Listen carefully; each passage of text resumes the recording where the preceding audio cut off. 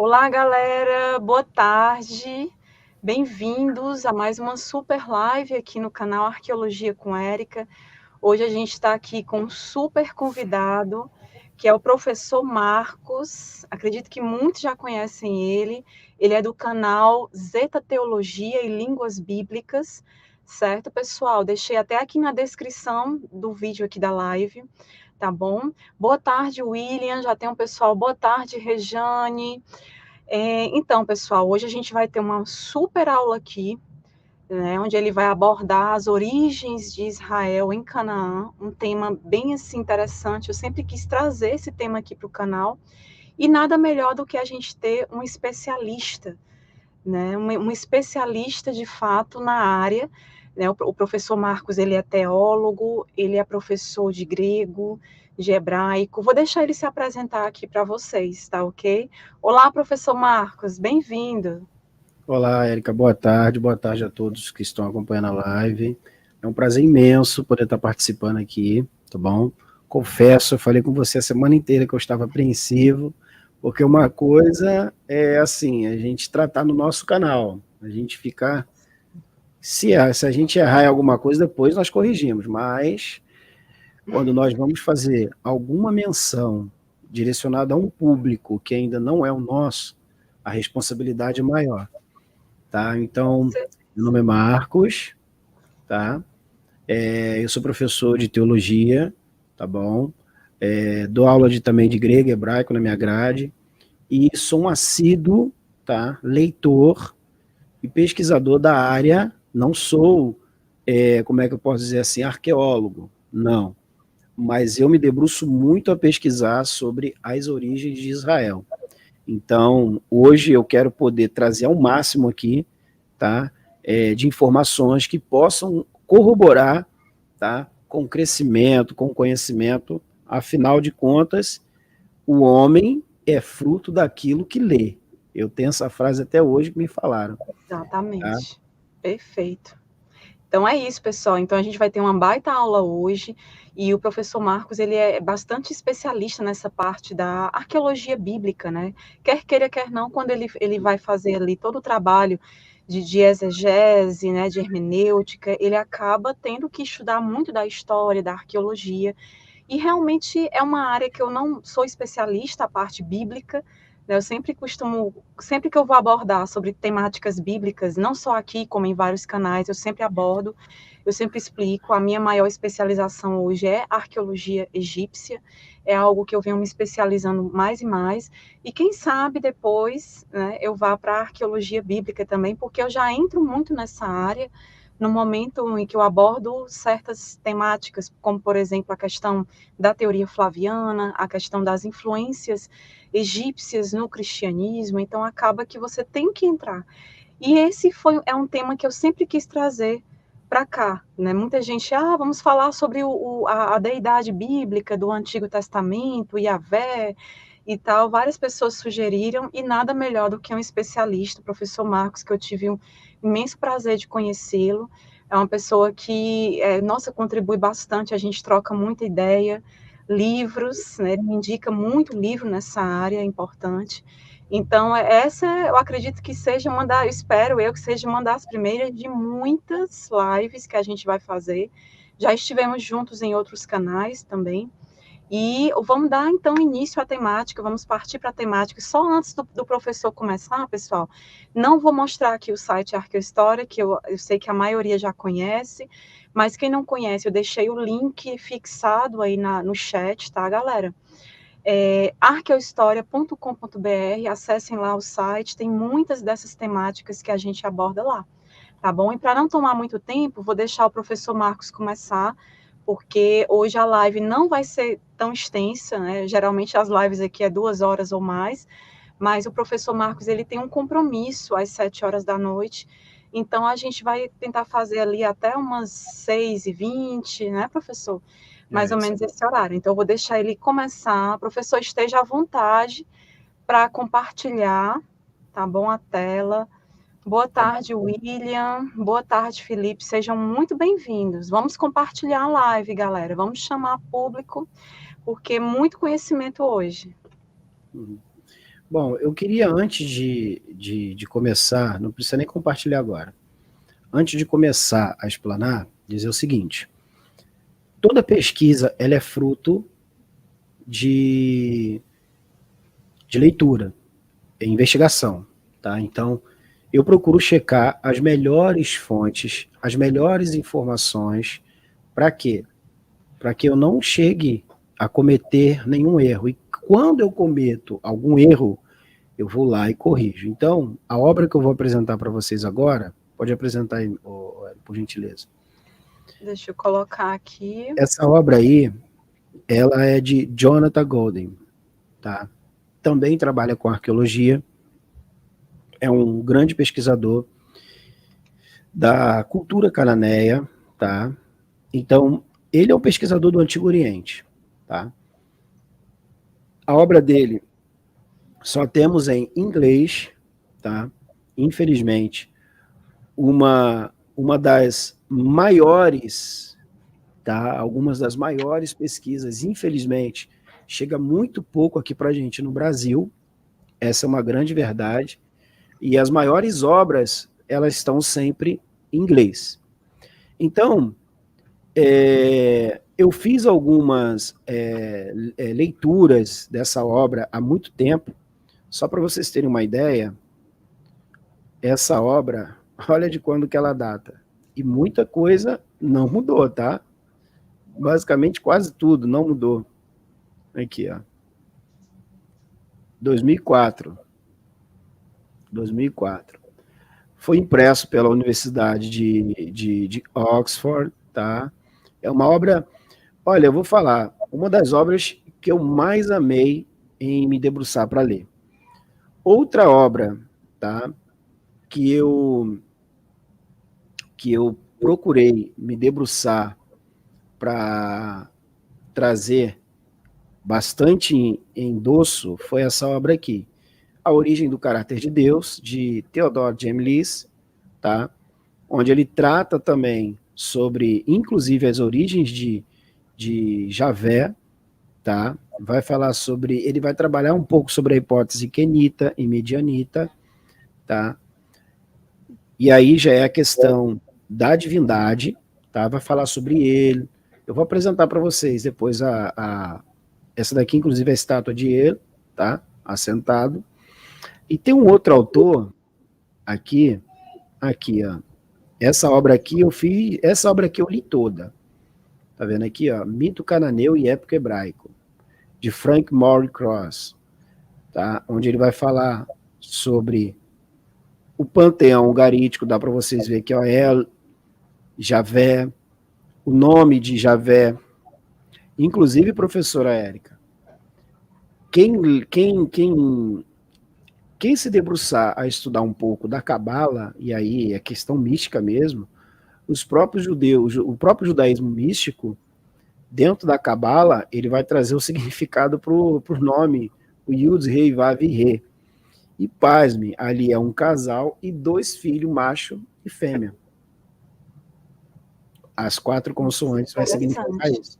São todos místicos, porém, existe outro significado para o nome Javé. Essa obra aqui foi fantástica, tá?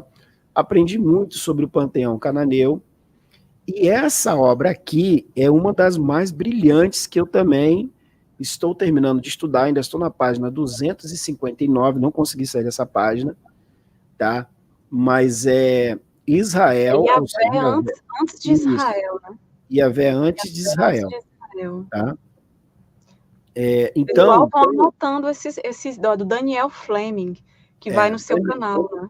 Ele vai vão estar no meu anotando canal. Esses livros, pessoal, já várias indicações de livros aqui que o professor está mostrando, vão anotando, porque é muita pesquisa.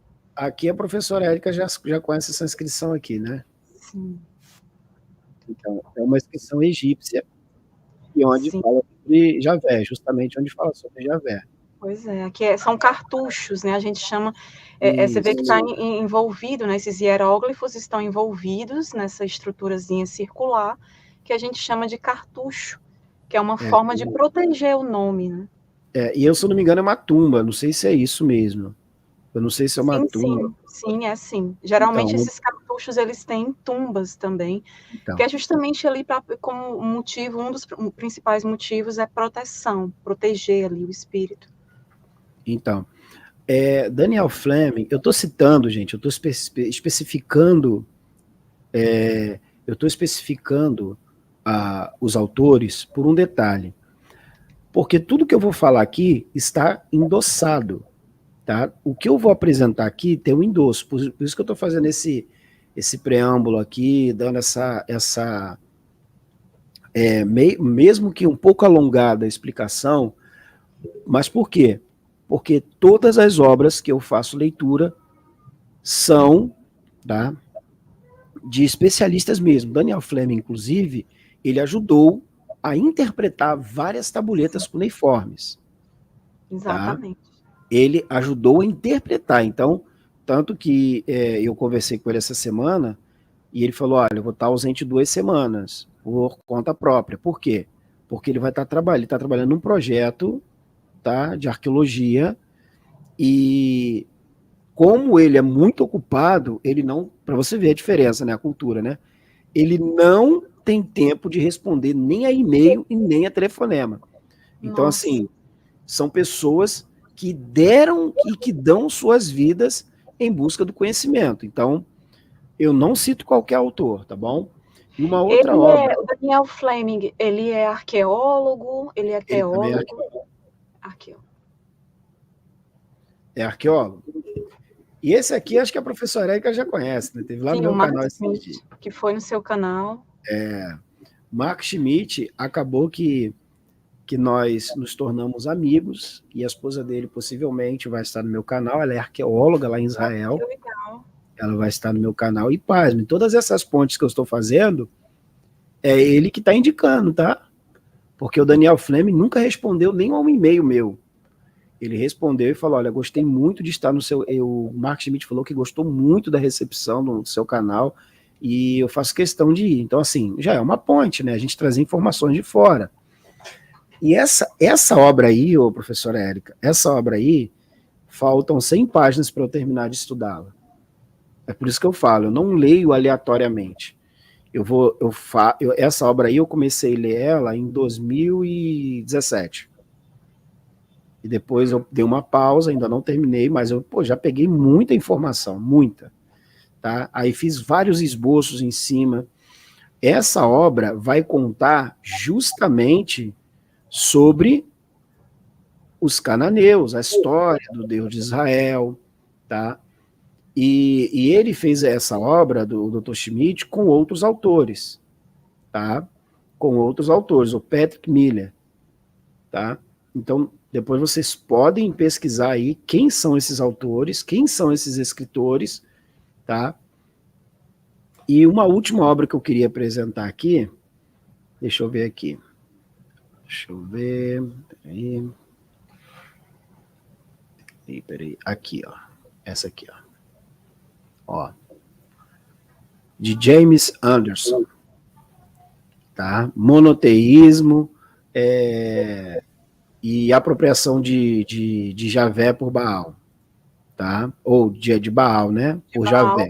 A apropriação que fizeram da divindade Baal para associar ao Deus Javé, a divindade Javé. Então, gente, partindo desse preâmbulo aí que foi bem longo, eu quero dizer para vocês o seguinte, todas as informações, tá, que eu trarei aqui, e podem ver que tem aquele símbolozinho ali do leãozinho ali, é de uma parte de uma, como é que eu posso dizer assim, é como se fosse um símbolo de uma, ai meu pai, como é que eu posso dizer? É como se fosse uma comunidade muito forte que trabalha dentro dessas análises e que, assim, dão o aval, tá? Dão um aval de que é uma obra muito bem recomendada. Então, todos esses autores que eu estou citando, inclusive Israel Firkenstein, inclusive, como eu mostrei aqui, o Theodore Gemmelis, ele não é ateu. E eu também não sou ateu, tá, gente? Ele não é ateu. Eu também não, pessoal. Então, assim, Pelo contrário, agora às Somos 19 horas... agnósticos. É, A minha visão de Deus não é como, assim, a gente vê um Deus na Bíblia, né, o que não só na Bíblia cristã, mas o que as religiões colocam muitas vezes, a visão de um Deus como se fosse um Deus humano, uma isso, representação ali de uma figura, né? Então, a minha visão é um Deus mais consciencial, né? Então, eu tenho essa visão mais, talvez agnóstica, né? Mas tem alguns que consideram como ateísmo, né? Mas, assim, eu acredito que a sua visão é mais ou menos essa, né? Professor exatamente. Marcos. Exatamente. Essa é uma outra obra, gente, que eu estou fazendo uma leitura mais profunda, tá? Eu ainda estou na página 120, do doutor Mário Liverani, tá? Para além da Bíblia, onde ele vai tratar sobre as origens de Israel também, vai falar sobre a questão do, dos reinos de Israel. E tem um detalhe muito interessante nessa obra aí, ô professora, que ele vai falar sobre a questão do templo, o primeiro templo. O mito, ele vai tratar da seguinte forma: o mito do primeiro templo, tá? Ele vai trazer uma informação da seguinte maneira. O livro de Primeira Reis, acho que é Primeira ou Segunda Reis, vai falar que o modelo de templo que foi construído, ou melhor, o templo, tá? O templo de Israel, o primeiro modelo, a Bíblia vai datar de cerca do século X a.C., tá? Só que o templo modelo apresentado na Bíblia, ele só poderia existir a partir do século 6 ou 5. Então já existe uma questão anacrônica aí, tá? Então, ele traz essa informação e, assim, baseada em Wittgenstein, entre outros arqueólogos. E a própria arqueologia bíblica, ela trouxe essa luz. Mas muitos arqueólogos não aceitam essa ideia. Infelizmente, muitos, como é que eu posso dizer assim, convencionais, não aceitam essa ideia. Então, eu recomendo essa obra também, tá, gente? É uma obra que eu fiz leitura para falar sobre o tema. E uma última apresentação que eu quero fazer. É a última mesmo, vou fechar, tá, professora? Esteja à vontade. Gente, nossa, só livros incríveis. E só lembrando aqui, pessoal, que entrou uma pessoa mais cedo, falando, ai, que paganismo, falando mal, xingando aqui, eu e o professor Marcos, falando assim, quem está aqui para pregar religião ou paganismo, não se trata disso, certo? Já deixando claro, a gente está trazendo aqui, principalmente o professor Marcos, que é especialista nessa área, por isso eu o convidei para falar sobre essa questão, mas ele está trazendo estudos, informações, conhecimento, livros, evidências arqueológicas, então é um estudo bastante embasado, não se trata de crença, não se trata de fé, mas eu tenho minha crença, tal, se você tem sua crença e tal, ninguém está aqui para desrespeitar a sua crença, tá bom? Então, se você é feliz com ela, enfim, continua, a gente está trazendo conhecimento para ajudar em toda essa evolução consciencial, porque a gente Ninguém é só obrigado a evolui acreditar, ninguém é consciencialmente. obrigado a acreditar na informação de ninguém, cada um segue o seu rumo. Por isso que é importante citar as fontes, livros, artigos científicos. Me baseei na pesquisa tal, tá aqui o que eu encontrei.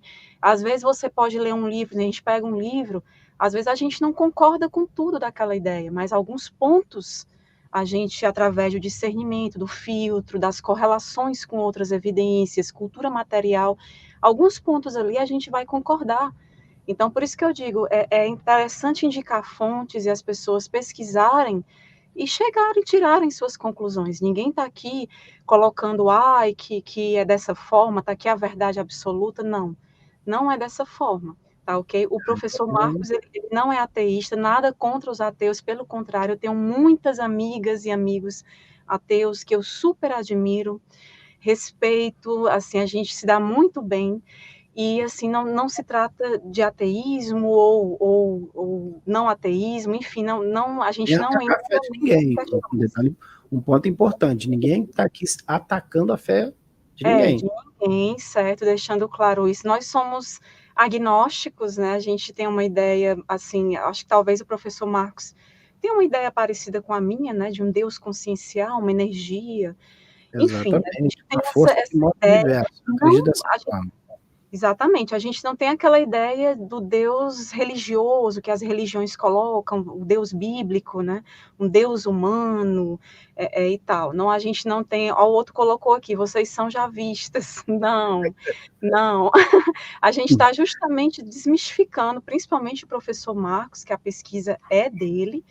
E Né? ele é eloísta lá. Elberite, ó, de ele, eloísta. Pois é, ele está justamente trazendo várias questões aqui para serem desmistificadas, mostrando como que uma religião influenciou a outra, né? É exatamente isso.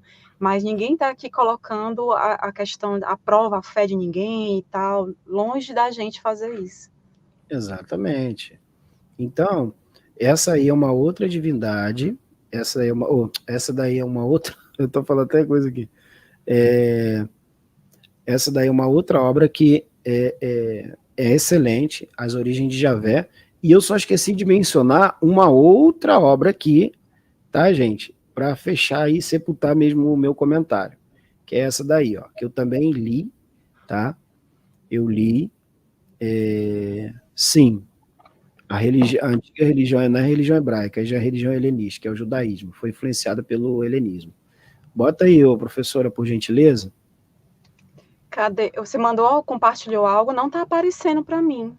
Ué, peraí. Ah, não, peraí. Aí, agora foi, ó. Agora sim. Esteja à vontade, pode compartilhar. Foi livro, fontes importantes, esteja à vontade. Ó, ele vai estar no meu canal em setembro, ele confirmou ontem, esse autor aí, John J. Collins. Eu publiquei até lá na comunidade, não sei, acho que você viu, não viu, Érica? Sim. Gente, pasmem, o Dr. Collins é católico. Ele é católico. Olha só. Ele é católico, ele é cristão católico. Ele é crítico. Ele é crítico textual. Tá? E a especialidade dele é a Bíblia hebraica, messianismo. Ele é especialista em documentos qurânicos. Tá? Ele fez muito, ele se debruçou muito, inclusive interpretações dos textos qurânicos, do messianismo. Ele é especialista em apocalíptica. Eu tenho um vídeo, eu tenho um vídeo aqui no meu computador que eu vou publicar, mas tem um vídeo no meu canal onde eu me debrucei sobre uma obra dele, falando sobre apocalíptica, apocalipsismo e apocalipse, a diferença desses três termos, onde eu aprendi muito com ele. E hoje, inclusive, eu vou falar aqui depois, mas eu fiz um react sobre a lenda de Acate, onde falaram que o Dr. Collins não menciona que o profeta Daniel da Bíblia hebraica é uma ressignificação ou uma adaptação da lenda de Acate, do Daniel, de Ugarit, e o Dr. Collins, ele, justamente na obra dele, nessa obra, ele faz a crítica, onde ele fala que o personagem Daniel é uma adaptação do personagem ugarítico Daniel. Interessante. O site... Esses textos qurânicos que você falou são os manuscritos ali do Mar Morto, não é isso? Já são os manuscritos do Mar Morto. Manuscritos do Mar Morto. Tem até aqui no canal, pessoal, 2 lives, onde eu falo um pouco sobre os manuscritos do Mar Morto, eu juntamente com a pesquisadora Lindy Barbosinha, do canal Faça do Cristianismo. E a gente pretende também se aprofundar mais e mais nesses textos, inclusive depois, professor Marcos, a gente faz uma live, a gente organiza uma live só falando da questão do messianismo nesses textos. Sim, eu posso trazer aqui, já dou um spoiler aqui. O Messias que ressuscitou o 3º dia. Eu posso trazer aqui a hora que você quiser. Então vamos lá, gente. Olha. Uma live só para esse tema. Vamos lá, gente. Olha só, gente. A obra que eu vou fazer o texto que eu vou fazer um compartilhamento é justamente da obra que eu citei, né? Do William Golding, tá? Onde ele vai falar sobre justamente a questão de Canaã, tá? Porque algumas pessoas acham que Israel surgiu antes disso tudo aí, antes de Egito. Não. Olha o que ele vai trazer na sua obra, e aqui é um ponto, professora, que é muito importante. Ele vai falar sobre a Idade do Bronze Final. Ele vai citar justamente aqui a questão da dominação egípcia de Canaã, e ele vai citar que continuou até o meado do século 13 a.C. Aí vai falar sobre aparecendo em Apec em um período do governador que data dessa época.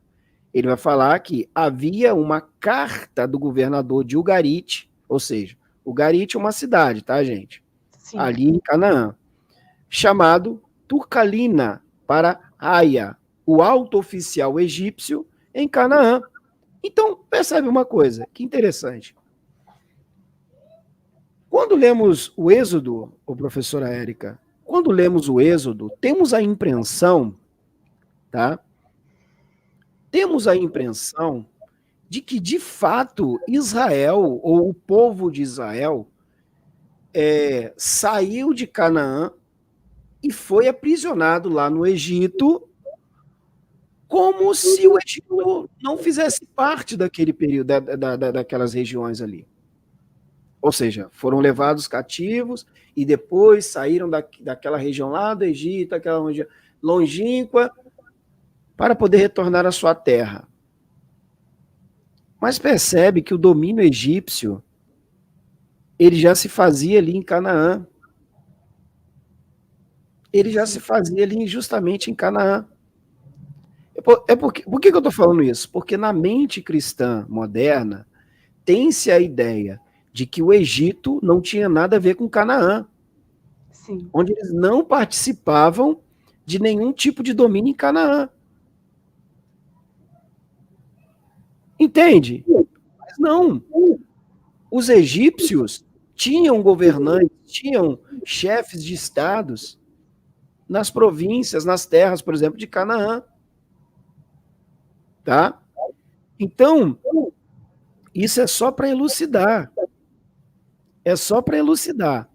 Aí ele vai falar que a placa de argila está escrita em acadiano, a língua franca da correspondência política internacional da época. Então aqui é um outro ponto que eu queria pautar. O seguinte, quando nós falamos de língua acadiana, nós estamos falando de língua cuneiformes, ou seja, escritas em cunhas, tá? Em tabuletas de argila. O hebraico, como nós conhecemos, ou paleo-hebraico, ele nem existia ainda. Nem sonhava em existir. Então, é preciso ter um ponto aqui para a gente poder entender que nós vamos ter inscritos ou escritos ou um tipo de linguagem como nós temos hoje ou como nós vimos em hebraico antigo, alguns estudiosos vão datar cerca de 900 a.C., tá? Alguns estudiosos vão datar desse período. Outros não, outros um pouco mais tarde, tá? Mas é a data mais próxima que alguns estudiosos vão dizer, que é 900 a.C., tá? Aí, ele vai dizer que no final do século 13 a.C., os apirus e outros grupos em Canaã começaram a desafiar o quê? O imperialismo egípcio. Aí ele cita aqui Bet-Shean, 2 estelas de Vitória, é aquelas estelas que nós vamos falar, tá? Sim. De basalto, foram erguidas para comemorar a supressão de Sete I de uma rebelião liderada por 2 cidades próximas no Vale do Jordão, El-Ama, Amate, e Tabak, Farril Pelá.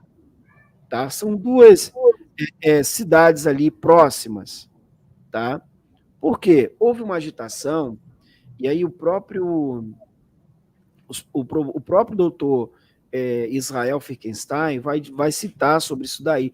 Houve uma certa agitação, o próprio doutor Collins também, tá? Também vai citar a mesma coisa. Então, o Mário Liverani vai falar sobre essa questão de rebelião. Por que existiam as rebeliões? Por quê?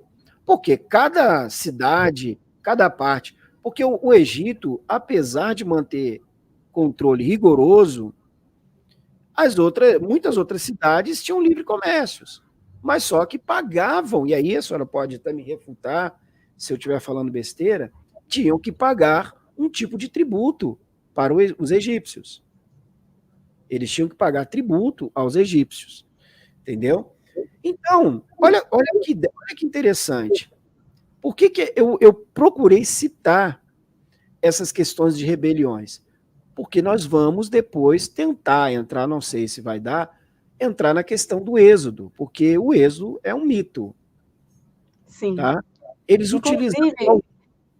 professor Marcos, eu escrevi até um artigo recente lá para o site Arqueohistória, tá, pessoal? arqueohistoria.com.br. O meu site, em parceria com mais 3 amigos pesquisadores da área da história e arqueologia, e lá tem um artigo até recente falando sobre a arqueologia e o mito do êxodo. Eu até cito essa estela de Beth Shean.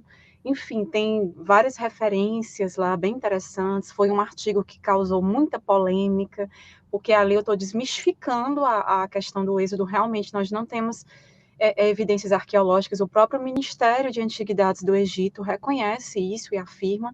Então, eu mostro vários pontos interessantes, cito livros, e causou muita polêmica. A maioria amou, mas lógico que a gente é atacada às vezes por um ou outro, né, e tal. Fui crucificada por alguns poucos, mas é isso. O importante é a gente ir desmistificando essas questões, né? Lembrando que a gente não está aqui como uma forma de agredir nenhuma religião, a crença de ninguém. Apenas trazendo de fato o que aconteceu, informações, evidências, o que é que a gente tem sobre aquele contexto histórico, tá ok, daquela época. Pode Exatamente. continuar, professor Marcos. Não, Desculpa e aí, ó, interromper. eu pulei mais um pouco, tá? Eu pulei mais um pouco, tá? Por quê? Para eu poder... Ó, Darcy Clay, gente boa, tá? Darcy Clay. Gente boa demais. Eu pulei um pouco para justamente dar um enfoque na questão egípcia. Por quê? Os egípcios tinham forte influência. Olha o que ele diz. Que o Egito, ou seja, a influência egípcia ainda era sentida em vários lugares. Então, corrobora com o relato até de Ahmed, justamente sobre a questão egípcia. Mas não é o caso ainda. Aí ele vai falar que continua até o reinado de Ramsés III e, em alguns casos, Ramsés IV, como afirma Westen. Aí, em Bet Shean, vários dos edifícios egípcios do estrato VI foram reconstruídos, incluindo o edifício 1500, ou seja, o 15º, se eu não me engano. E ele vai dizer o seguinte, que provavelmente era a resistência de um governador egípcio ou um centro administrativo, tá? E aí, professora, eu só queria fazer esse adendo aqui por enquanto, porque agora eu vou entrar na questão cananita. Eu só queria tecer aqui, gente, uma ideia justamente desse autor, que ele vai trabalhar desde o início mesmo da construção, tá, das divindades. É isso que eu queria frisar. Por quê? Quando nós chegamos ali na região de Canaã, muitos estudiosos ou muitos teólogos confessionais têm a ideia de que Israel não partilhou, tá? Não partilhou de influência egípcia. Só que tem um problema, tá? Só que tem um problema. Os israelitas, como nós conhecemos, eles nunca saíram de Canaã. Nunca saíram de Canaã. E depois eu vou citar aqui por quê. Por um detalhe. O doutor John Collins, em sua obra Introdução à Bíblia Hebraica, terceira edição, ele vai citar que, segundo, inclusive, se eu não me engano, acho que foi... Quer ver? Deixa eu pegar aqui. Enquanto você dá uma olhada aí, eu vou só responder. Eu deixei essa pergunta aqui fixada, vou deixar um tempinho. para a gente ver o que é que a falta de discernimento faz com a pessoa, né? Desculpa, Samuel Beckett, se você não estiver gostando, esteja à vontade para se retirar da live, né? Não, aqui é realmente para quem tem a mente aberta para enxergar evidências, para quem gosta de ler, de estudar, pesquisar de verdade. Aqui, de fato, não é. Acredito que você está no canal errado, tá ok? Então, eu não entendi a associação que você fez e eu vou ler aqui, tá bom? E vou deixar gravado e registrado isso aqui, tá ok? Então, Érica Telles, depois você vai dizer que o antissemitismo, perseguição e extermínio de judeus ao longo da história também é um mito. Cara, o que é que uma coisa tem a ver com a outra? Se você olhar para as fontes que estão sendo indicadas aqui através de um trabalho sério do professor Marcos, se você se der o trabalho, tirar um pouquinho sua mente mitos, porque aí é mente mitos total. Usa a mente logos, dá um tempinho na mente mitos, olha para as evidências. Eu trabalho com arqueologia, eu trabalho com cultura material, eu trabalho com evidência. Eu não trabalho com crença limitante, não. Tá ok? Se eu afirmo algo, se eu mostro alguma coisa, se eu trago para cá um trabalho sério, importante, é porque eu encontrei algo ali. Tá ok? Não, ninguém está querendo que você lhe obrigar, não é nem questão de acreditar, porque acreditar é bem complicado. Ou você sabe, ou você não sabe. Érica, eu acredito, não, aqui nós não lidamos com crença, e principalmente crença limitante. Aqui, ou a gente sabe, ou não sabe. Tá ok? Então, uma coisa não tem nada a ver com a outra. Inclusive, na minha família, há relatos dessa questão de todo o extermínio, perseguição de judeus, entendeu? Então, eu tenho relatos dentro da minha própria família. Então, por favor, não fale o que você não sabe. Tenha respeito pelo trabalho que está sendo colocado aqui. Tá, ok? Aqui a gente lida com evidência. Em nenhum momento eu estou negando o que houve na Segunda Guerra Mundial. Pelo contrário, eu tenho imenso respeito pelas pessoas, pelos sobreviventes, entendeu? Então, não tem nada a ver o que você colocou. Então, tenha cuidado com algumas afirmações que você faz, tá ok? Então, só coloquei aqui, desculpa, professor, a gente nem deve perder tempo com esse tipo de comentário. Eu coloquei para vocês terem uma ideia de como as pessoas distorcem as coisas. E muitas vezes distorcem para perseguir quem está trazendo um assunto sério aqui. Então, vamos ter muita cautela com isso, tá ok? E o Fala Sério, eu não sei o quão, assim, me desculpe, tá? Infelizmente, se é no meu canal, assim, mas enfim. Foi uma pergunta retórica, não foi uma pergunta não. Tá parecendo mais uma pergunta retórica, porque logo depois você coloca, fala sério, com reticência.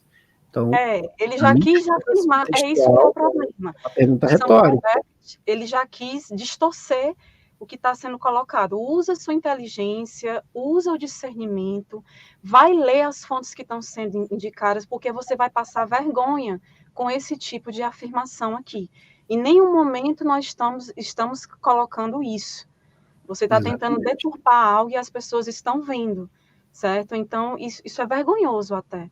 Sabe o que eu acho mais interessante? Eu tenho um trabalho aqui, inventando as leis de Deus, de um grande arqueólogo, um grande pesquisador. E assim, ele fez um paralelo, mas ele fez um paralelo minucioso sobre as leis de Hammurabi e as leis de Deus, no Êxodo e etc. E o mais interessante é que nós vemos é que toda a lei ali em Êxodo, ali, praticamente quase todas, mas tem um ponto, em Êxodo 21, tá, se não me engano, do 6 ao 7, ou do 6 ao 8, que fala sobre a lei de escravidão. E é uma lei paralela à lei de Hammurabi. É lógico que a gente deve levar em conta o período, o chão cultural, tudo isso. Mas o mais interessante é que, se hoje a moral, e aí me desculpe, tá? Se a moral bíblica, do Deus bíblico, ela é a mesma, e aí é aquela questão, Deus é imutável, Deus não muda, né? Ou seja, então logo essa lei de escravidão também não mudou. E aí, me desculpe quem acha que não. Mas as leis, por exemplo, mas não foi baseada no Código de Hammurabi? Claro que foi, muitas coisas foram ali criadas, sim, muitas leis foram ressignificadas pelos autores bíblicos, sim. Mas, por exemplo, a lei de escravidão, o que dizia, basicamente, só para endossar o que você está falando, é dito na lei de Hammurabi que o escravo que quisesse sair ou que fosse embora, etc., ele tinha a sua orelha cortada. No texto hebraico, você só vai ver que ele tinha a orelha furada. Mas a ideia não é a mesma? Sim. Então, assim, me desculpe, mas esse Deus aí não tem moral. Me desculpe a franqueza. Mas tá, eu vou levar em conta o período cultural. Mas se ele é imutável e ele é o mesmo ontem, hoje e eternamente, então, meu querido, ele não pode mudar suas leis. Perfeito. Porque está escrito lá. Ele, por exemplo, ele não é onisciente, ele não sabe tudo o que vai acontecer, então ele já sabia que toda a raça humana iria evoluir para um período em que a escravidão seria crime. Mas ele permite a escravidão ali. Tá? Ele permite a escravidão ali. Mas ele é onisciente, não, mas o chão cultural. Século XXI, ele não pode mudar, ele é imutável. E outro detalhe, fechando aqui, professora, ele é um Deus benevolente. O povo acabou de sair do Egito, escravo, segundo o texto, mas ele está falando de escravidão, está falando um monte de coisa. Ele não é atemporal? Então, me desculpe o rapaz aí, uma pessoa, não sei quem é, mas o que mais nós vemos na Bíblia é permissão para estupro, extermínio, então me desculpe. Por isso que eu falo, no meu canal já tinha rasgado. Muitas atrocidades, é o que a gente vê, infelizmente. Porque não é o meu espaço, porque se é no meu canal, mas beleza, então... Mas eu já retirei ele, porque ele estava ali agindo com relação às crenças dele, e aí a pessoa fica exaltada, né? E aí não dá para a gente... Ele está fugindo realmente à temática aqui, a proposta da nossa live. Só respondendo ao da Ciclé eu já fui cobrada várias vezes por isso, inclusive pelo Divino José, não sei se ele está aqui, ele sempre está nas lives, mas eu vou, é falta de tempo mesmo, mas eu vou verificar essa questão da opção do Superchat e também do clube de membros, que já me perguntaram algumas vezes. É a minha correria que é grande demais, mas eu vou resolver isso. Muito obrigada. O rapaz falou, tá tudo dentro aí, o rapaz falou sobre êxodo, né? Se não houve um êxodo. Não houve. E aí são especialistas na área que vai dizer o seguinte, olha o que o Dr. John J. Collins vai citar. Olha o que ele vai dizer. Ele vai dizer justamente o que a gente pensa, que o êxodo é o evento mais... Não podemos falar, na verdade, de Páscoa sem falar em êxodo, por exemplo. Tá? Então, ele vai citar que a história é contada principalmente na metade do livro. E aí vamos pular aqui. Vai falar sobre as lendas, vai falar sobre tudo. E aí ele vai dizer que, olha aqui, aí tem o livro dele que eu citei aqui, né, que é um livro, tem uma parte introdutória. Ele vai dizer que o êxodo é sugerido por volta de 1445 a.C. Já temos outro problema. Qual é o problema, professora? Israel, como nome, como grupo, só vai surgir a partir de 1200. Anacronismo. Ele vai falar que há poucas evidências, entretanto, que nos permitam corroborar o relato bíblico relacionado às outras fontes. O êxodo, conforme relatado, não é atestado em nenhuma fonte não bíblica antiga. Nenhum outro povo narrou um evento tão milagroso como esse, embora possa ser argumentado que a fuga dos israelitas foi inconsequente para os egípcios, e, portanto, não foi registrado, na verdade, os egípcios mantiveram um controle rígido sobre sua fronteira oriental e mantiveram registros cuidadosos. E nisso os egípcios eram cuidadosos. Se isso de fato acontecesse, como vai ser citado agora, então, automaticamente, era uma calamidade o que teria acontecido com o Egito. Aí ele vai dizer que se um grupo tivesse partido, tal, ele vai falar um monte de coisa. Ele vai dizer que para um relato egípcio da origem de Israel, entretanto, temos que esperar até a era helenística, onde ele vai falar sobre Maneto, que escreveu a história do Egito em grego. Ele vai dizer que Maneto afirmou que Jerusalém foi construída na terra agora chamada Judéia. Lembra que eu falei lá atrás sobre a questão da Judéia, professora? Sim. Aí ele vai dizer o seguinte, tá? Ele vai dizer o seguinte, que Maneto afirmou que Jerusalém, tal, sobre os Ixos. Aí eles eram pessoas de origem síria que governaram o Egito por um tempo e foram expulsos do Egito por volta de 1530. Ele continua contando uma história mais elaborada sobre a tentativa de expulsar leprosos do Egito.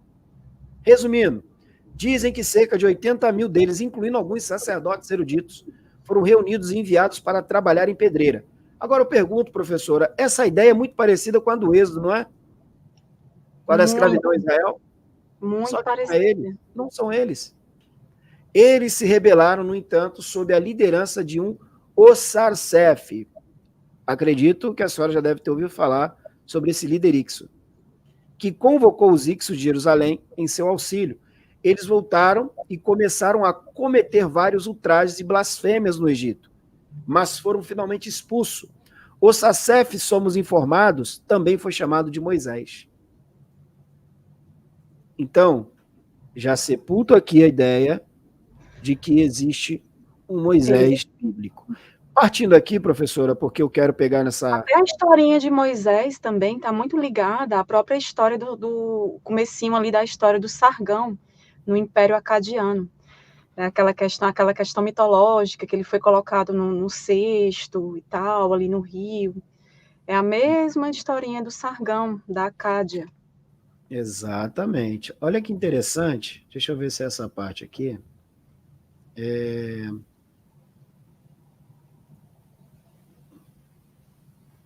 Só um minutinho. Olha aqui, essa parte aqui, perdão aí.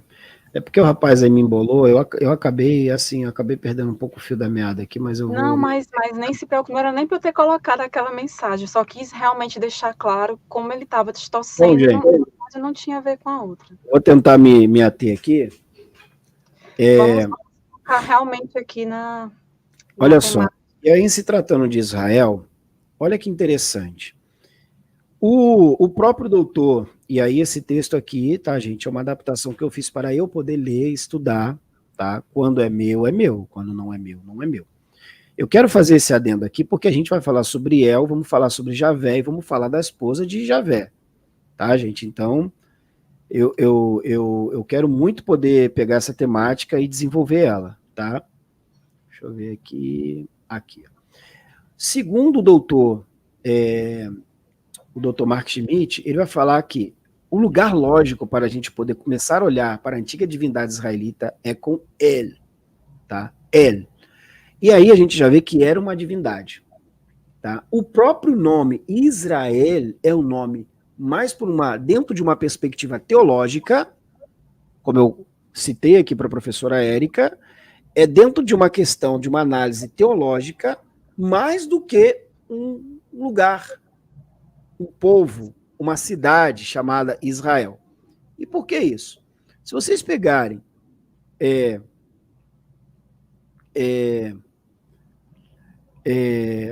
se vocês pegarem um mapa da Idade do Bronze ali, ou da Idade do Ferro, vocês vão ver que não tem nenhum local chamado Israel. Sim. É por isso que muitos estudiosos, como o próprio Thomas Homer, Mário Liverani, dentre outros, vão afirmar que a questão da noção desse grupo ou desse nome está mais ligado a uma questão teológica, ou seja, a uma interpretação com o divino, algo dessa forma.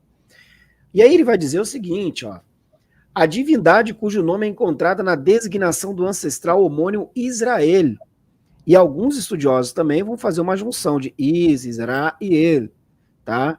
E aí eu não tenho muita afirmativa sobre isso. Mas, enfim, basicamente está nesse homônimo aí.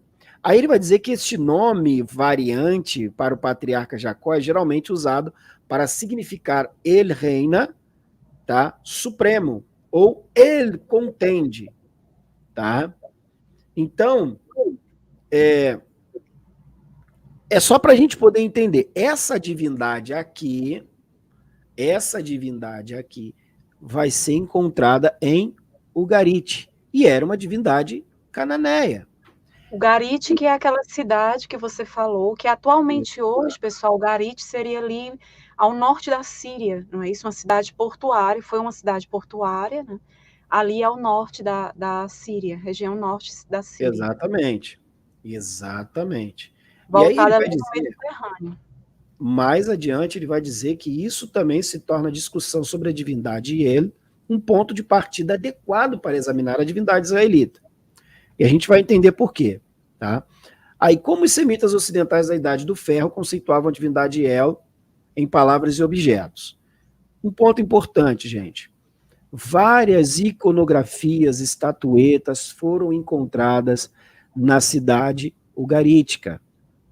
Esses materiais de cerâmica, inclusive, professora, o próprio William Gold, ele vai dizer, ele vai trazer no seu livro algumas imagens, tipos de vasos de metal, que segundo ele como é que se diz? É parte de um objeto, é parte de materiais que foram encontrados ali do período do bronze, etc. Foi uma recriação, tá? Desses objetos. Mas é muito interessante, tá? Que se encontrou muito material arqueológico e principalmente o panteão, tanto em textos como em estatuetas. Eu vou mostrar para vocês depois. Só uma pergunta, você falou em panteão, que aí me lembra logo o panteão mesopotâmico, egípcio. Então, seria uma religião, no caso, essa religião ugarítica, cananeia, seria politeísta, Politeísta. vários deuses, e El, no caso, o deus principal. Exatamente. O viva a ciência, a razão, não, não, não, não, não, não. Na verdade, a citação, tá? Como eu falei, o trabalho não é meu, eu trouxe trabalho de outros estudiosos, mas o meu eu vou apresentar depois, mas isso aí foi do livro que eu me debrucei, tá bom? É porque basicamente eles fazem a mesma utilização de materiais, mas tem a citação, tá bom?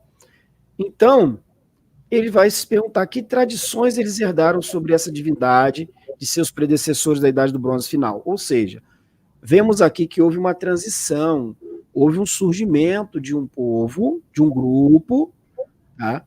E eles vão dizer, tá? Os especialistas vão dizer que houve uma continuidade desse panteão. Então, logo, o que alguns denominam de proto-israelitas ou israelitas já ali, né, como grupo, também adoraram a inúmeras divindades, tá?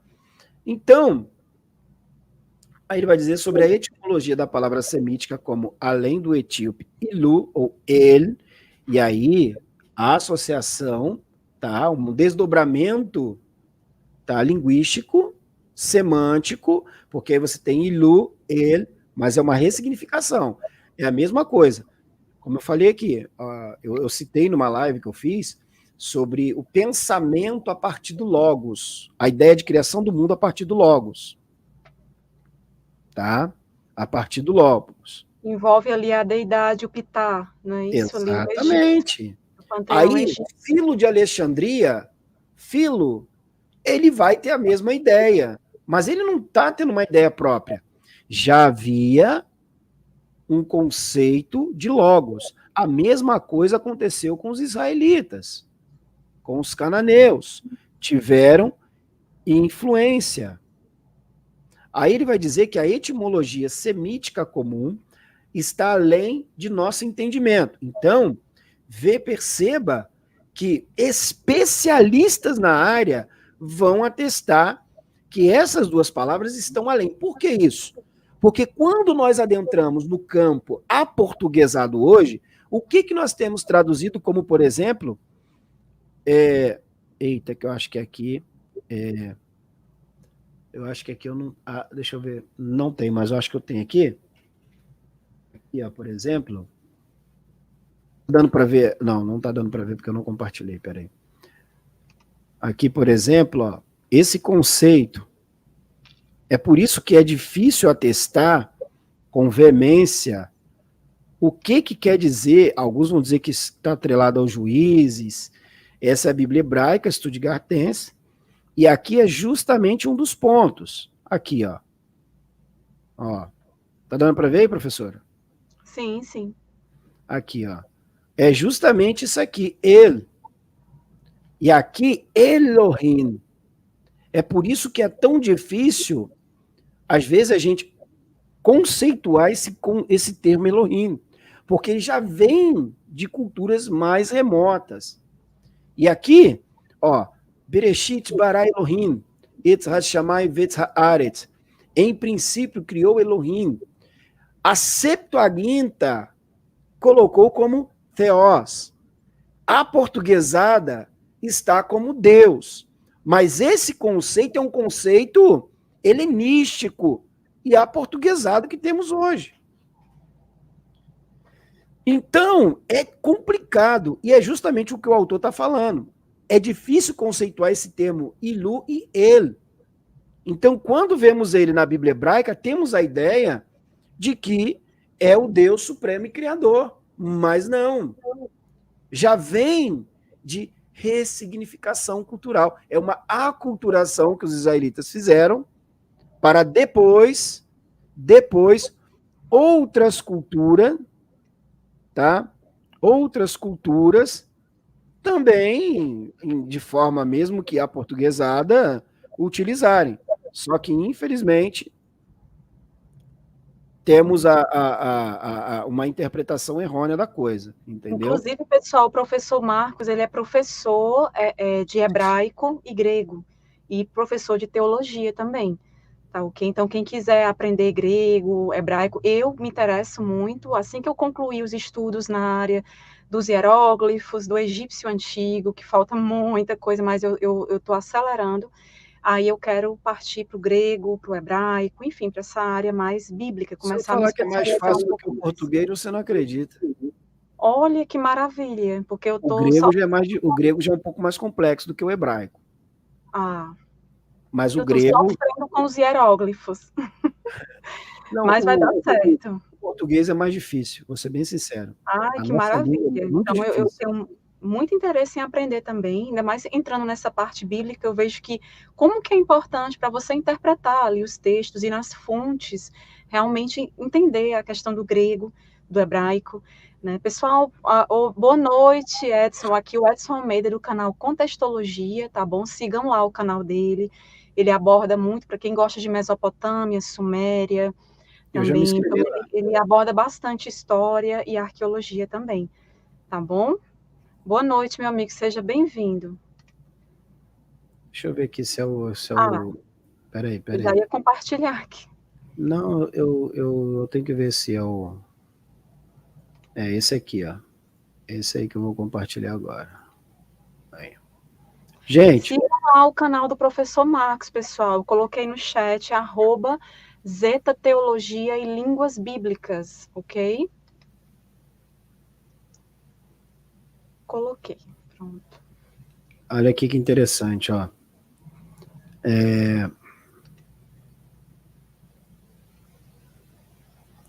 Bom, deixa eu só fechar essa palavra, essa parte aqui, ó. O que ele vai colocar aqui, ó?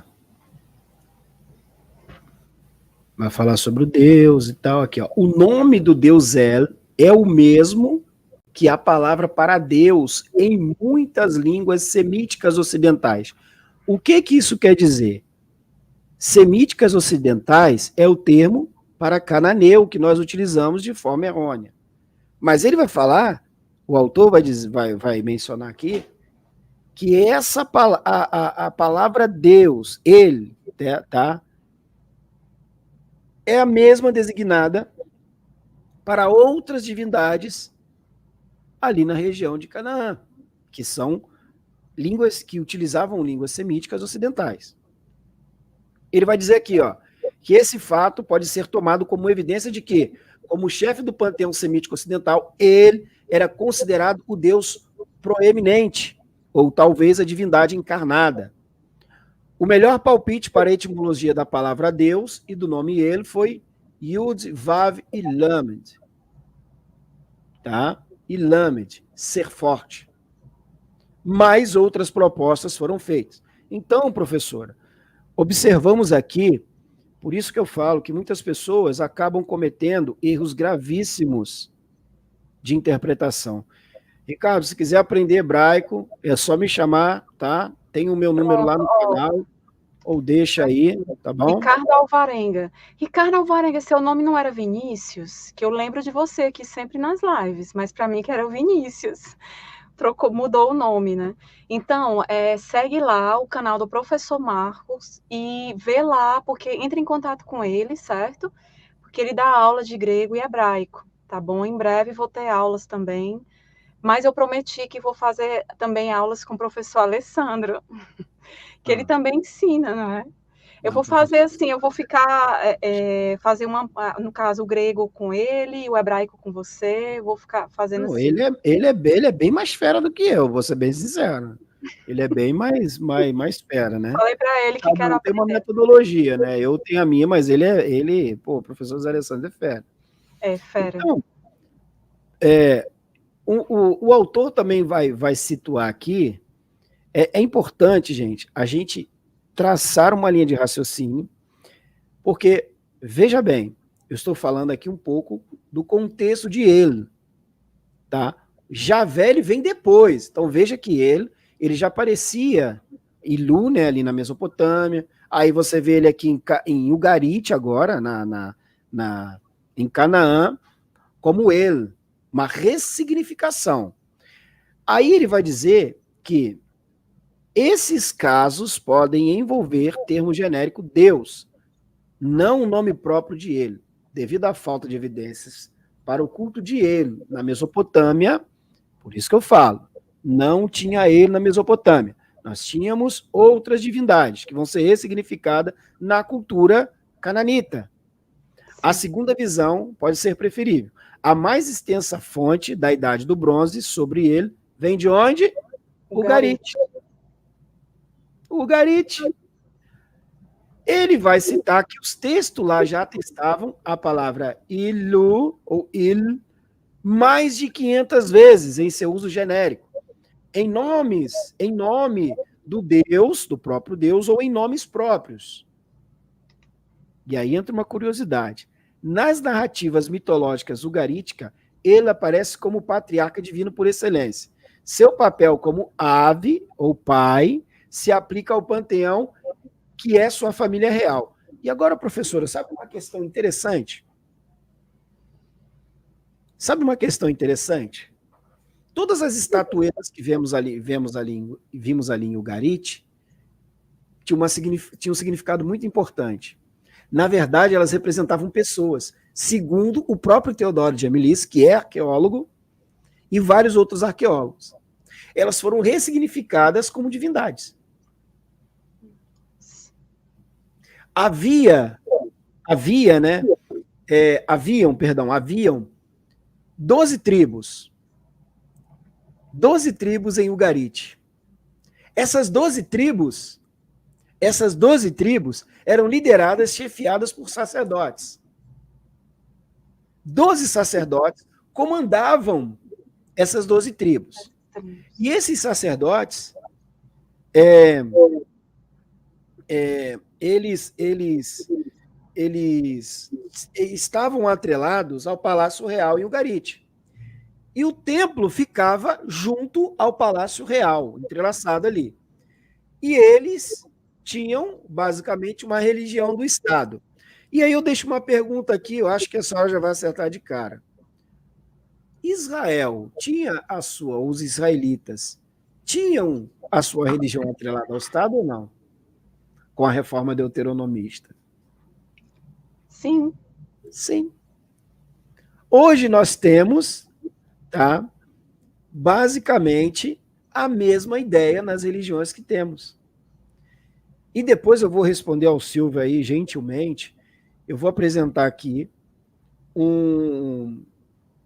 Silvio, você poderia, por acaso, me dar uma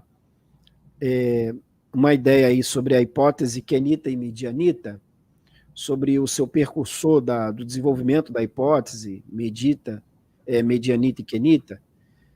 Porque eu vou depois expor algo aqui bastante interessante sobre isso daí. Então, percebe-se que em Ugarit, e aí nós estamos falando de um povo que antecedeu toda a cultura israelita, todo pensamento israelita. Aí ele vai citar um outro elemento aqui interessantíssimo. Sim, sim. O autor dela, um dos percursores dessa hipótese, ele vai dizer que é o seguinte, ó, as divindades são genericamente referidas como El, diretamente o círculo de El, mas talvez melhor traduzido, família de El. Isso aqui, professora, a senhora conhece essa nomenclatura, né? Tabuleta, cuneiforme, ugarítica. A tabuleta 1, linha 15. A Tirate é a esposa idosa de El, com quem ele criou o panteão genericamente, mas não totalmente referido como os 70 filhos de Atirate. Esse outro ponto aqui, tá? Esse outro ponto aqui é interessante, por quê?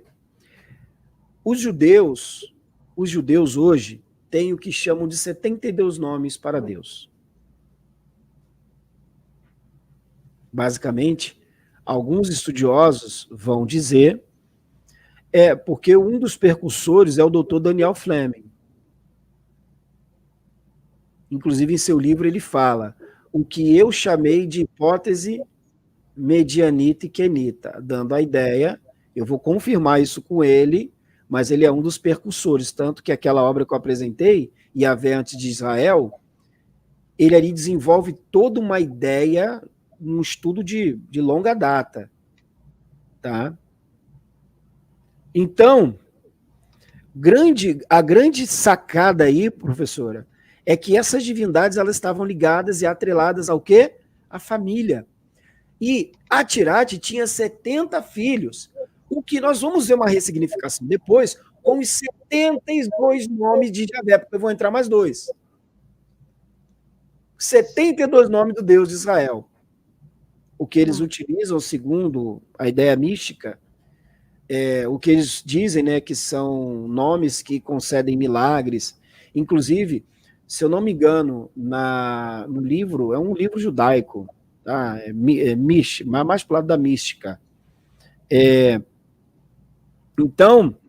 A mística do judaísmo é mais assim para o lado do Zohar. O Zohar é um livro bem místico, né?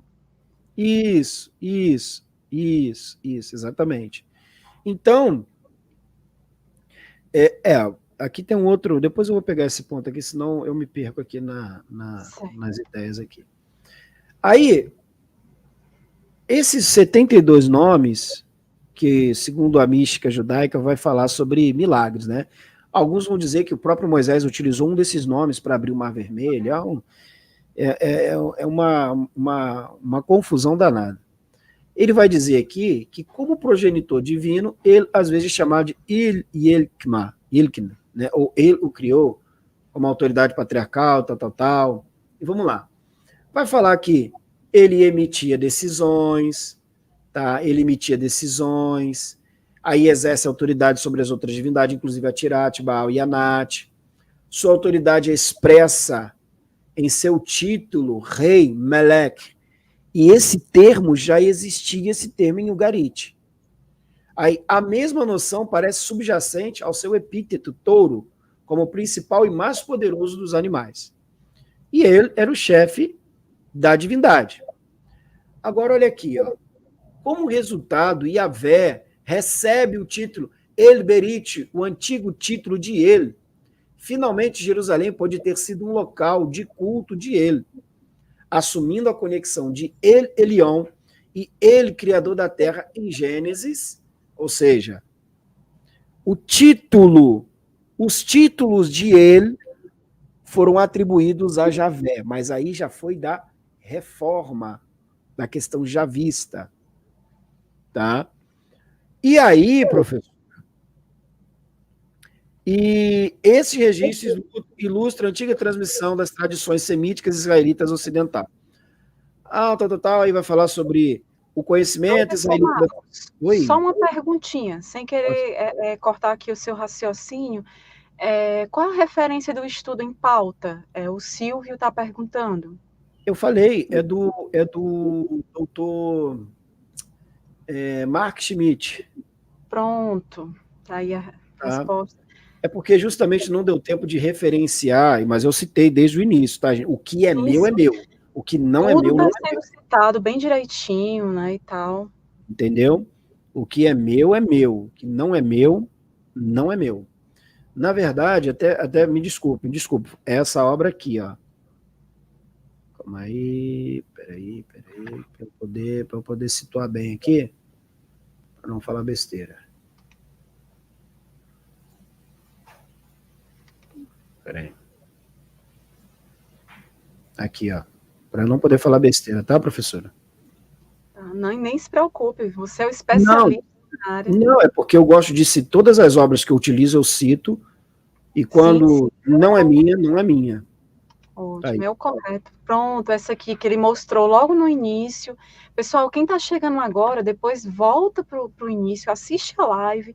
O professor Marcos, ele apresentou várias obras, indicou vários livros relacionados a esse tema, tá ok? Essa obra aí, tá, gente? Então, assim, por quê? Eu não sei se a professora lê inglês, mas eu faço as traduções porque eu não sei ler inglês. Alguns amigos até me ajudam, porque nem tudo a gente consegue traduzir, mas... às vezes a gente tem dúvida num ponto ou outro, né? Termos, e aí, inclusive, algumas concordâncias não batem, aí eu peço ajuda aos universitários. Então, assim, para eu poder estudar, porque, gente, a gente quase não tem obra desse porte aqui no Brasil, infelizmente. Infelizmente, o Brasil é um reduto, assim, de onde a academia você tem que seguir aquela cartilha. Professor Marcos, e não é só nessa área da arqueologia bíblica, por exemplo, em várias áreas, não só da arqueologia, como, por exemplo, a área farmacêutica também que eu atuo. Então, em várias áreas, a gente tem que expandir, é necessário e urgente a questão do inglês. Se você tiver outros idiomas, melhor ainda, porque muitas obras, muitos livros importantes para pesquisa, a gente não encontra em português. A maioria dos assuntos que eu abordo na arqueologia não tem em português. Às vezes tem inglês, francês, russo, tem coisa em russo também. Então, assim, é bem complexo. A gente tem que se desenvolver ali em vários idiomas, né? Exatamente. Tá? E agora, gente, vou tentar resumir aqui, para a gente poder situar agora uma complexa, tá? E, assim, infelizmente, é a verdade. Olha o que está definido aqui, ó. Ele era o Deus original de Israel? Pode compartilhar aí, professora. Olha o que o Dr. Mark Schmidt ele vai trazer, ó, que as informações da sessão anterior tornam essa questão razoável, apesar das aparentes complicações que essa reconstrução pode representar para a teologia posterior. Além disso, é uma hipótese razoável por causa de uma informação básica. O nome Israel não contém o elemento divino Yahvé, mas o nome ele como elemento ele, ou seja, basicamente, quando nós falamos de Israel, o nome teofórico ali é qual? Ele. É o de ele, não de Yahvé. Aí ele vai falar, se Yahvé fosse o Deus original de Israel, então seu nome poderia ter sido Israel, ou talvez melhor, Israiá, de acordo com outros nomes próprios hebraicos contendo o nome divino. Aí ele diz que este fato sugere que ele, tá? Que ele, e não Javé, deixa eu pegar aqui, tá? E não, cadê onde eu tô? Peraí, aqui, ó. E não Javé era o Deus principal do grupo chamado Israel. A distribuição de ele e Javé em nomes pessoais em muitos dos chamados primeiros poemas também aponta nessa seção. Os nomes próprios apresentam dificuldades quando usados para reconstruir a história religiosa. Ou seja, se nós temos Javé, por exemplo, nós temos o nome lá do... Vamos botar o primeiro-ministro de Israel, Benjamin Netanyahu, ou Ishayahu. Não tem nada a ver com Israel. Um exemplo. Tá? Então, basicamente, o que nós temos aqui? Uma modificação. E aí uma reconstrução de uma tradição, ou uma implementação de uma tradição tardia. Israel é anterior. Tá? E aí a divindade Javé, ela é posterior. E aí depois, eu acho, professora, que a gente vai ter que fazer uma segunda parte dessa live. Vamos sim, nem se preocupe, eu estava aqui preocupada, porque o professor Marcos, pessoal, ele vai dar aula ainda hoje. 19 horas. E a gente combinou de ficar até 6h30, até 6h30. Até, então, com 1h30 de live, a gente encerra. E o que tiver faltando, a gente faz uma parte 2. Aí, professora, olha que interessante. Quando o nome começou a se referir ao fenômeno histórico de um povo nas terras altas do ferro, tá? Aí do ferro primeiro, talvez não mais se referisse ao Deus a quem era devotado. Os textos bíblicos atestam Javé e ele como deuses diferentes, sancionado pelo Israel primitivo. Então, ou seja, temos uma distinção de divindade. E é justamente essa hipótese quenita e midianita que o doutor Daniel Fleming, em sua obra Javé antes de Israel, tá?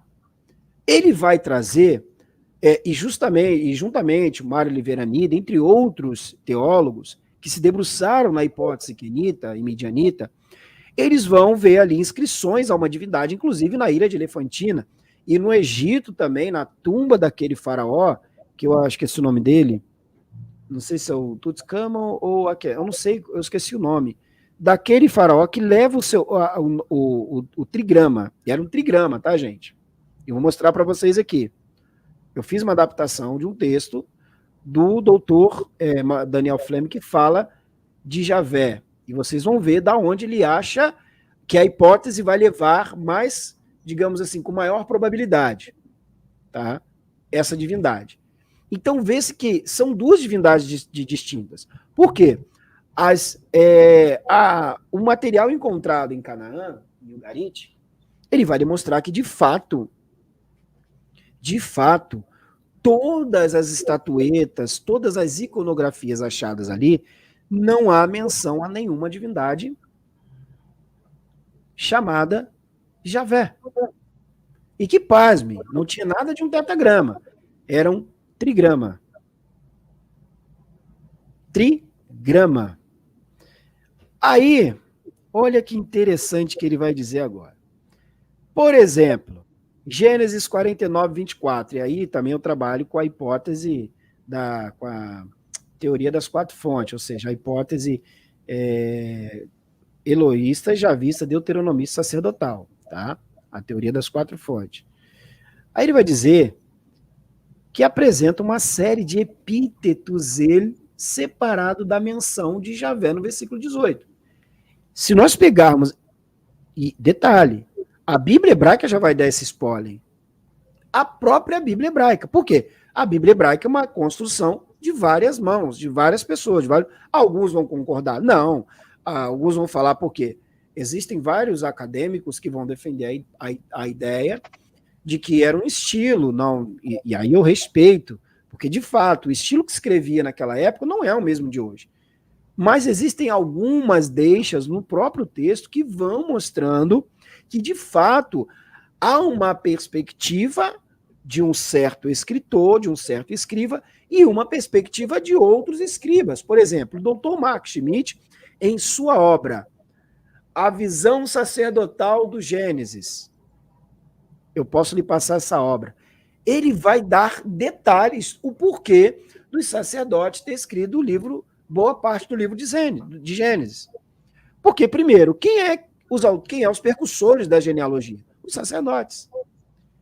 Isso muitos acadêmicos atestam, como o Dr. Collins, Liverani, dentre outros acadêmicos.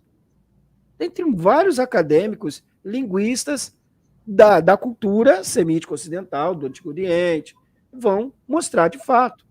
E olha o que eles dizem. Esta passagem não mostra o status relativo dos dois deuses do Israel primitivo, apenas que eles poderiam ser nomeados separadamente no mesmo poema. Mais útil é o texto da Septuaginta e um dos manuscritos do Mar Morto. O 4Q de Deuteronômio, professora? Para Deuteronômio 32, do 8 ao 9, que lança Javé no papel de um dos filhos divino.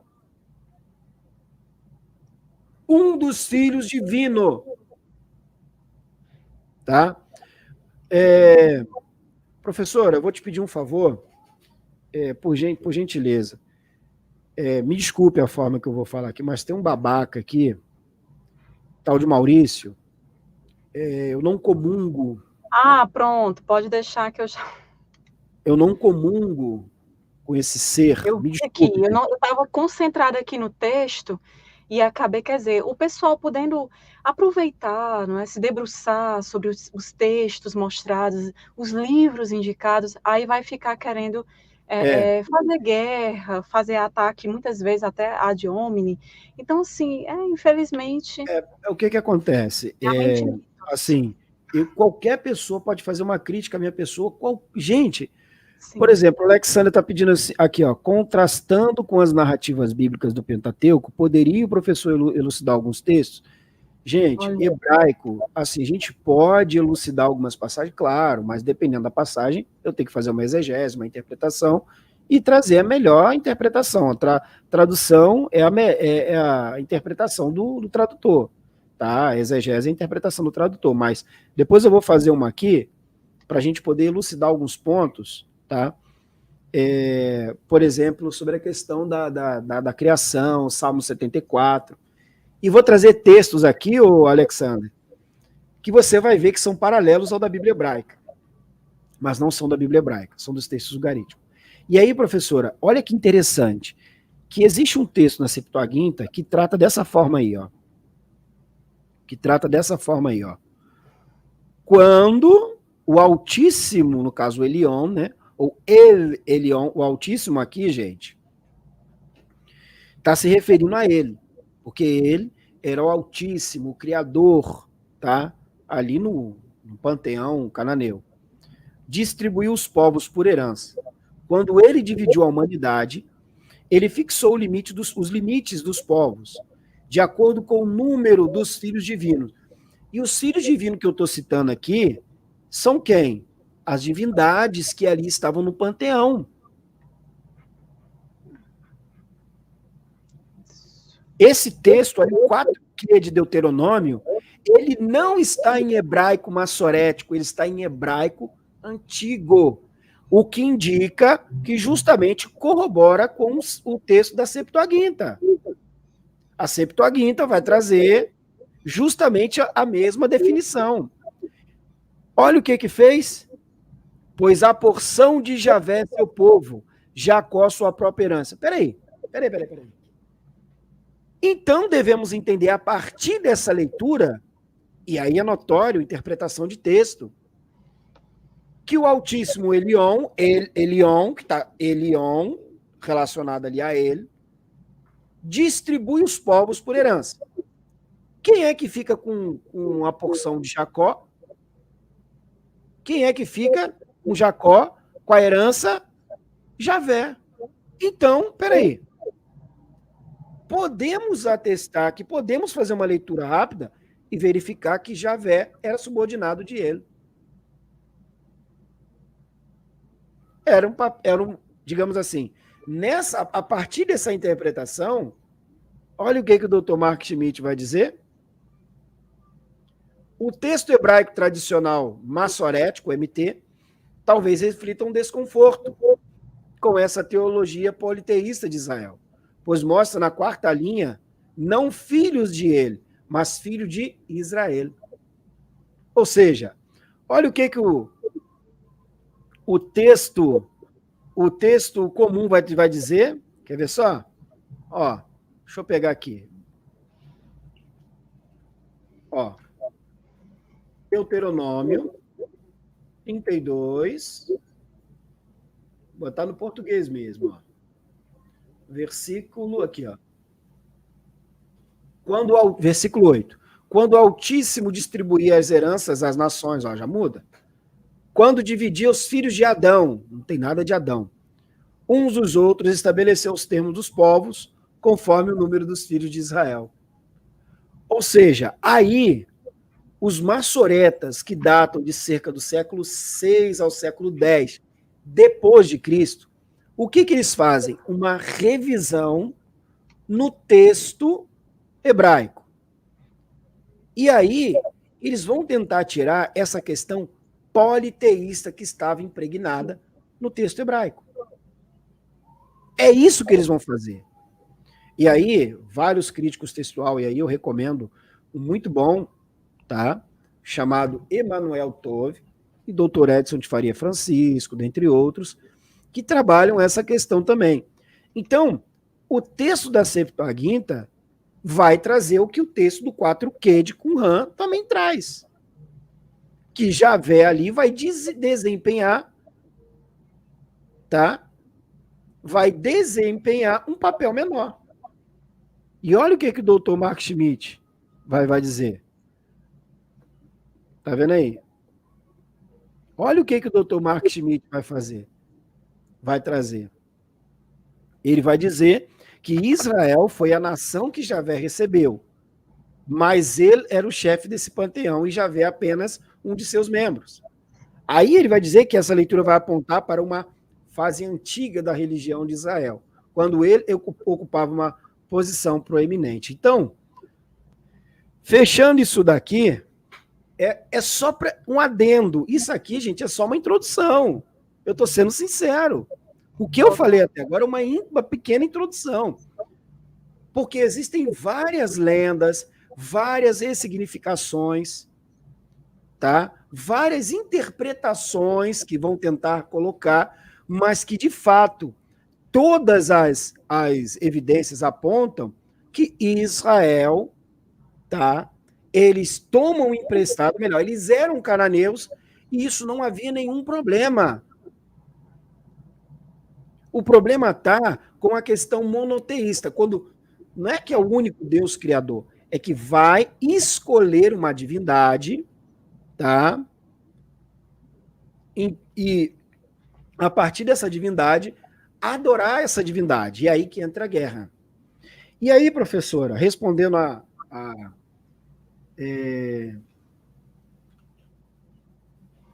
ao nobre amigo lá, o que o doutor Daniel Fleming, aí eu fiz uma pequena, o outro esboço está bem maior lá dentro, tá? Porque é dele. O doutor Daniel Fleming, ele vai trazer uma ideia muito... Olha, professor, que a gente nem falou de Axerá ainda, hein? Ainda depois vai ficar para a parte 2, né? Vamos fazer Mas deixa eu só lhe perguntar uma coisa rapidinho aqui, porque no próprio Antigo Testamento, eu não sou especialista em Bíblia, tá, pessoal? Desde o começo da live, eu sempre que vou abordar algo que envolva Bíblia, eu deixo claro isso. Minha especialidade na arqueologia, no momento, é mais arqueologia egípcia. Quando eu concluir, quem sabe eu vá para a arqueologia bíblica, né? Mas a gente acaba tendo que entrar em alguns pontos, estudar algumas questões, né, que envolvem a arqueologia como um todo. E com relação ao Antigo Testamento, você vendo ali a questão daquela deidade, né, que se apresenta lá, aquele personagem colocado ali como Deus no Antigo Testamento, você vê, assim, quando você começa a ler, sei lá, interpretar, estudar, fazer uma análise ali, às vezes você enxerga ali vários deuses. Não seria isso? É como se não fosse só uma divindade. É como se fosse uma junção de várias divindades. Mas é justamente, por quê? Nós temos o que chamamos de hipótese documentária. E aí, ela foi dada uma revisada, mas não abandonada. Por quê? Vários estudos. E aí, quando a gente fala de teoria das 4 fontes, a senhora sabe, teoria e hipótese. Tá? A teoria que eles desenvolveram, eles se debruçaram, e não foi assim, vamos ler. Não. Eles identificaram estilos diferentes de escritas ou de enunciados. Por exemplo, vemos o começo do livro de Gênesis, um estilo mais voltado para os eloístas, onde vai se ter a divindade El como a sua divindade. E aí, depois vamos mudar para quando Javé, no próprio livro ainda de Gênesis, falando sobre Javé. E aí já entra mais a questão da fonte javista. Sim. E aí vamos falar sobre o conceito de genealogia. Já entra mais a fonte sacerdotal, inclusive também falando sobre sacrifícios e tal. E a fonte deuteronomista, que vai estar incluso ali também, a mão sacerdotal e etc., mas já vai falar mais sobre a adoração de Javé, etc., a questão da centralização de culto. Só, professora, que todos esses epítetos, esses nomes de divindades, que eram atribuídos à divindade, foram transformados em apelidos, como se fosse um apelido. Por exemplo, você vê, Yahvé é o Altíssimo, é o Elion. Um exemplo. O Altíssimo, Elion, vai estar falando de uma divindade. Porém, na visão de quem está lendo a Bíblia aportuguesada, vai dar a ideia de que é uma mesma divindade. Mas são ressignificações de várias divindades. Então, houve uma aculturação, eles se apropriaram da cultura que tinha e escreveram seus textos. Se perguntar para mim qual o problema disso, para mim não teria nenhum. Sim. Nenhum. Mas o problema está em dizer que o Deus da Bíblia é um Deus único, criador do céu e da terra, e que é uma divindade una. É só ela. Não. São várias culturas por trás. Quer ver um detalhe? Quando lemos ali, amarás o Senhor teu Deus de todo o teu coração, Êxodo. Qual é a ideia que temos ali? A ideia de que, de fato, Deus, ou Deus de Israel, pediu que, de fato, Israel fosse leal a ele e que o amasse. E aí, no nosso campo de pensamento que temos hoje, a ideia contemporânea de pensamento, na nossa perspectiva, amor é algo muito singelo, mas algo muito, assim, num sentido de quê? De querer mais e mais, tá? E querer bem. Só que quando pegamos o código Hitita, o tratado Hitita, e aí, se eu não me engano, é onde fala de Esarhaddon, onde se exige a lealdade ao filho de Esarhaddon, Assurbanipal. Acho que eu não fiz confusão. Me perdoa se eu fiz confusão. O que vai se ter ali? A questão da lealdade por parte dos vassalos. Olha, vocês devem ser leais a Assurbanipal. Essa palavra, essa questão de lealdade no Antigo Oriente, ela tinha um tom de quê? Obrigatoriedade. Foi o mesmo termo emprestado para os israelitas, porque eles ressignificaram. A questão da lealdade ao rei foi emprestado, esse comando de lealdade foi emprestado, os israelitas tomaram emprestados para a questão da elaboração dos 10 mandamentos. O primeiro mandamento, amarás o Senhor teu Deus. Opa! Acho que é não terás outro Deus além de mim. Amarás o Senhor teu Deus. A lealdade. Só que leal ali não é um termo abstrato que nós temos aqui. Amor. É algo assim, você não tem outra escolha. Ou você vai ser leal. Até o código Hitita, quando vemos ali, a sequência de maldições são basicamente as mesmas. segundo o doutor John J. Collins, outros especialistas na área. Exatamente. Então, entende? Então, é uma concha de retalhos. É uma concha de retalho profunda. Quer ver só uma coisa? Ó, no texto hebraico, aqui, ó. Calma aí, deixa eu achar aqui. Aqui, ó. São tantos deuses, o homem sempre, desde os primórdios, procurando deuses em todos os lugares, criar essas religiões, só esquece de olhar para dentro de si, né? Para a divindade interior, sua divindade, mas procura deuses, cria deuses em todos os lugares. Ó, aí aqui a gente tem, ó, Bereshit bara Elohim et hashamayim v'et haaretz ve'haaretz hayetah tohu vavohu ve'roshek el penei terron. Aí alguns vão dizer assim, poxa, mas terron tá falando sobre o abismo, né? Abismo ali, o abismo. Não exatamente sincretismo, Alexander, é porque vai muito. A ideia que a gente tem de sincretismo hoje é bem diferente, tá? Mas na verdade, vamos botar um tal do cognato, tá? Vamos colocar assim, mas é uma apropriação, tá? Então, é muito mais complexo.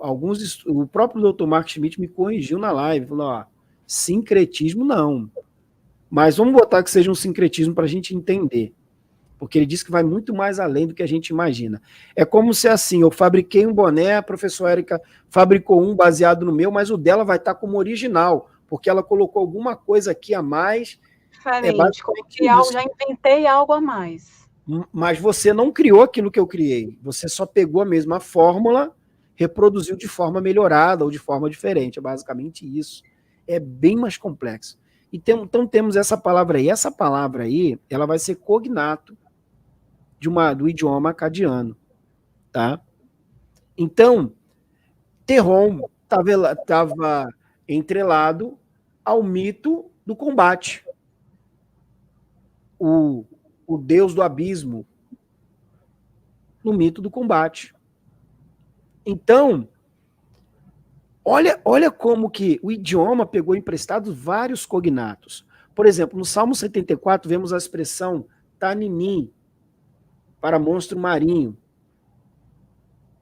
Algumas Bíblias vão traduzir como baleia, não tem nada a ver com uma baleia. Ou o dragão, o monstro do combate. Esse Tanimim também vai aparecer em mitos babilônicos, mesopotâmicos. Então, professora, olha o problema que nós temos.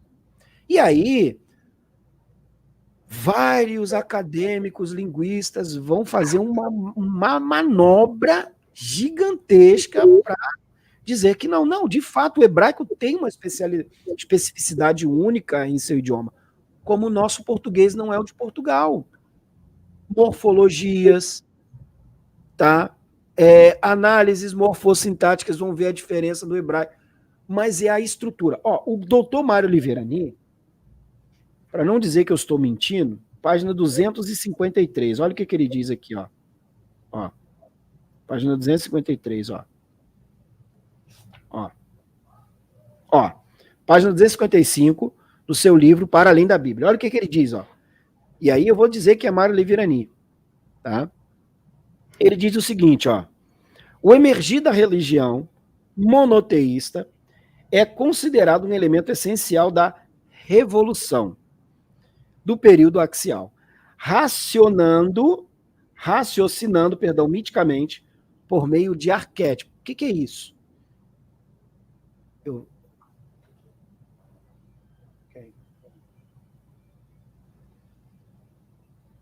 Então, olha que interessante. Ele vai dizer que o emergir da religião, essa religião, ela surge num pensamento, numa análise, numa criação mítica.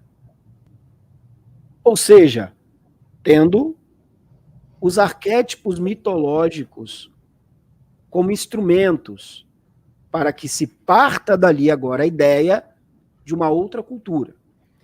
E ele completa, e não historicamente por meios de processo. O que são os processos?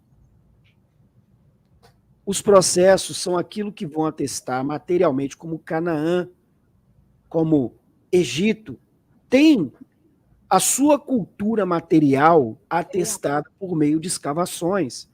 Os processos históricos, os processos materiais, aquilo que você apalpa. E olha, de fato, isso aqui tem existido. Evidência.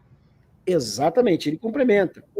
A Bíblia apresenta o monoteísmo como já realizado desde as origens das histórias de Israel e depois perpetuando de modo imutável no tempo. Então, eu vou fechar aqui, tá? Infelizmente não vai dar para terminar. Pois é, mas eu estava vendo aqui o horário para você, já está bem. Então, a ideia que nós temos de monoteísmo hoje, de cultura israelita, ela já era uma ideia que não era, ela era uma ideia que não existia. Ou seja, mas existe algum problema em eu dizer que os israelitas têm sua cultura própria e que, de fato, a cultura deles não deve ser respeitada? Não é isso. O problema está na questão religiosa, nos dogmas em que diz, ou no fato de dizer que seus heróis, como, por exemplo, Moisés, Davi, toda aquela narrativa bíblica, de fato, foi um processo, e não foi. Foram arquétipos, foram ideias, metáforas elaboradas em suas mentes, e ali o redator, ele vai dizer, olha, até o conceito de criação, a palavra Eretz, que ali, quando ele aparece com o artigo que o antecede Ra, que é o artigo Ra, Haaretz, a terra. Essa palavra terra, ela está relacionada à geografia, e não a mundo, planeta, nada disso. Está relacionada a questões geográficas. Outros vão dizer que não, e aí vão tentar a mesma questão, vão manobrar tudo e vão tentar dizer, olha, vão utilizar estilos linguísticos, tá? Que aí não tem necessidade de que eu faça nenhum tipo de adendo dentro dessa questão, e aí vão utilizar todas as questões semânticas, tá? Para poder tentar elucidar, quando, na verdade, os mitos que os antecedem, eles, de fato, também vão trazer consigo carregados as mesmas ideias. Não é estrutura gramatical, a questão semântica, é a ideia que se tinha, como, por exemplo, da criação. E a ideia da divindade israelita, ela é uma ressignificação, uma ramificação de outras culturas, só que ressignificada, partindo de um ponto em que o seu escritor, aquele que se debruçou para escrever a sua história, ou escrever uma história de um grupo, ou um povo, uma terra, ele vai colocar, olha, não, a minha terra foi criada assim. E aí, gente, infelizmente eu tenho que sair, faltam 15 minutos. Ô, tá? Professor, muito obrigada, foi maravilhoso a live, nossa, muito, Espero que tenham gostado. Pessoal, quem chegou já depois, volta lá para o início, foi, ó, mais de 1h40 de live, pura informação, conhecimento, muita indicação de livros, fontes, tá ok? Quaisquer dúvidas, deixem nos comentários, deixem lá o que vocês acharam, nós vamos fazer uma parte 2, porque a gente nem falou da Asherá, né? Ainda tem a parte dela, a esposa do Yahvé e tal, enfim, tem muita coisa para contar, a gente vai organizar aqui uma parte 2, tá bom? Vamos falar também melhor do Êxodo, vamos dar, assim, explicar melhor, colocar mais fontes, eu também quero apresentar algumas coisas. E é isso, pessoal. Muito obrigada a todos. Desculpa qualquer coisa. Eu tive que, acho que remover umas 2 pessoas, mas eu acredito que o pessoal entendeu. Eu não gosto de fazer isso, mas infelizmente foi o jeito, né? Aquela coisa da mente mitos, da mente cheia de crenças. Esse é um problema, esse é um impasse, porque a pessoa não consegue absorver, mas a partir daí não consegue absorver conhecimento, porque ela tem aquele impasse ali da questão das crenças, né? Mas é isso, pessoal. Muito obrigada a todos que participaram. Compartilhem a live. Obrigada, professor Marcos. Adorei. Até a nossa próxima live. Tá ok, pessoal? Eu agradeço. Tchau, Obrigado a todos, tá? Tchau, tchau aí. Tchau, pessoal. Boa noite. Espero ter a parte 2, tá? Foi maravilhosa, e sigam lá o canal do professor Marcos, Zeta Teologia e Línguas Bíblicas, tá ok? E muito, Flávio Amati, que já chegou aqui no finalzinho. Flávio, depois você assiste, o Flávio também é um profundo conhecedor desse tema, né? O cristianismo, bem como todas as crenças teístas, são uma fraude desta era. Se viu para afastar os seres humanos uns dos outros, bem como do seu meio natural. Perfeito, Exatamente. você falou tudo.